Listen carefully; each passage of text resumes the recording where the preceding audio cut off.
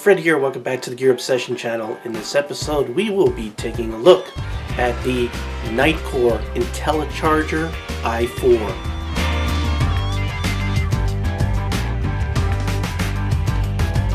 I have a lot of different rechargeable batteries, and the reason why is because I vape, and I know some of you who follow me know I have these big monster e-cigs that require the 18650 batteries, which are these big giant batteries, which also some really nice flashlights will use those big batteries also. And if you want to get stealth vaping and use like a little guy like this, then you need the 18350 batteries, these smaller but just as wide as the 18650 batteries. So, for charging those, you need a special charger, and then, like the rest of the people in the world, you probably have a lot of AA batteries and AAA batteries and C batteries, things like that. So you need another charger for that. And I don't like having to have all these different chargers, which I've had up until I bought this Intellicharger by NITECORE. I specifically sought this out because it could handle both. I really like that. And it says right here it is compatible with lithium-ion, nickel metal hydride, and the NiCad batteries. So you got the nickel metal hydride and the NiCads. Those are typically the AA, AAA, and C batteries. This cannot do D batteries. The compartments are just not big enough to handle the D.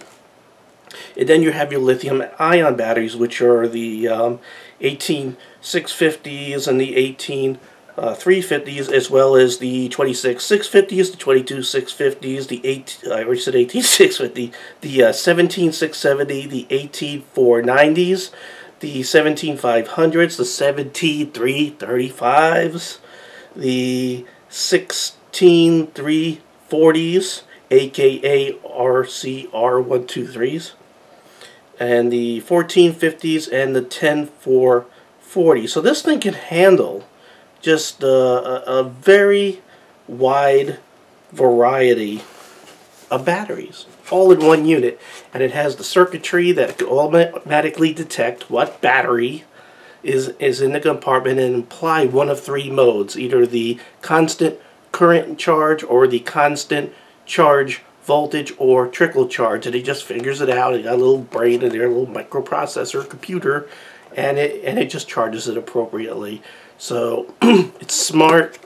I've been using it for I'd say about a quarter of a year. It hasn't burnt my house down, and it recharges my batteries all for $20. That's pretty good in my book. So let's take a closer look. So here's the packaging it came in. I already covered a lot of the features, but well, a couple of things just while I have them in front of me is that it does automatically stop charging when the charging is complete, which is a good thing. It features a reverse polarity, so if you were to put a battery in a compartment backwards, it would like blink really fast and it wouldn't charge to let you know there's a problem. And it says that it has heat dissipation. We'll see that here in a minute. There's a lot of air vents in this thing. It seems to be built pretty good. It is a product from China, as most electronics these days are, time of videotaping. So this is made by, I see Sysmax, it says here, Incorporated, or IND, whatever that means. So I guess that's the parent company that owns the Intellicharger, but it says NITECORE, Sysmax, whatever, made in China.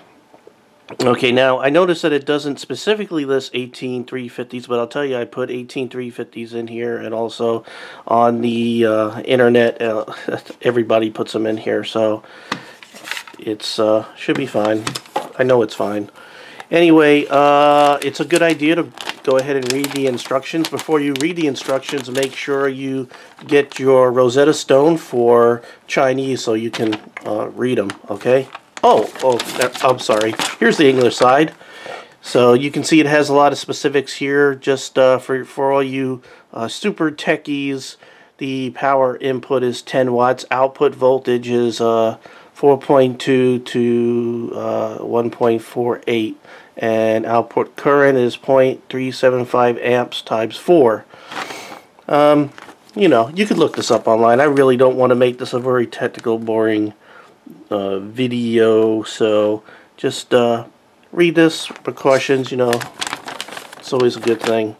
So here's the charger, pretty nice. You can see how this sort of adjusts. It has my gray hair in there, because you know, that's evidence that I really did use this for months.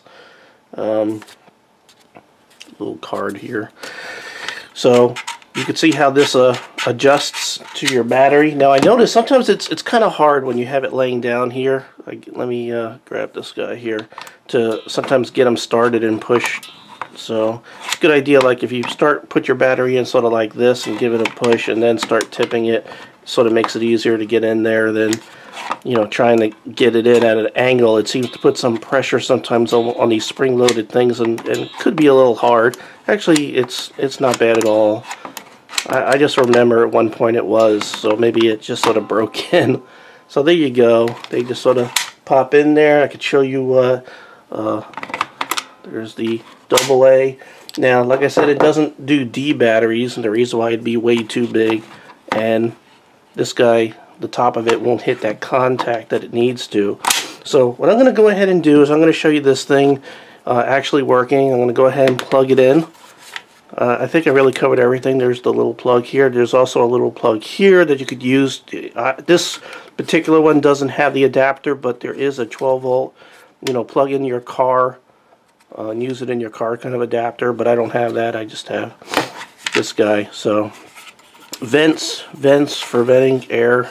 So, because this thing can get hot, so it keeps it from getting too hot. Let's go ahead and plug this in. Pop that in there. See a little light show there for a second. That means the unit has power. Got a light there. So let's go ahead and put a battery in. I'm going to go ahead and pop this 18650 into this slot here, and you can see that it's pretty much empty. You have 3 LEDs. Actually, it's not completely empty. It's about halfway. But you can see it has 3 LEDs. So the bottom one would be low, and then in between, and then the guy up here, all 3 blinking in a order, would be charging almost full, and then it just stops blinking when it's charged. So I'm going to put some different assorted batteries. I'm going to go ahead and take this AT350 in there, and you can see it do its little dance. And then the part that I like, and the reason why I bought this thing, I'm going to go ahead and stick a AA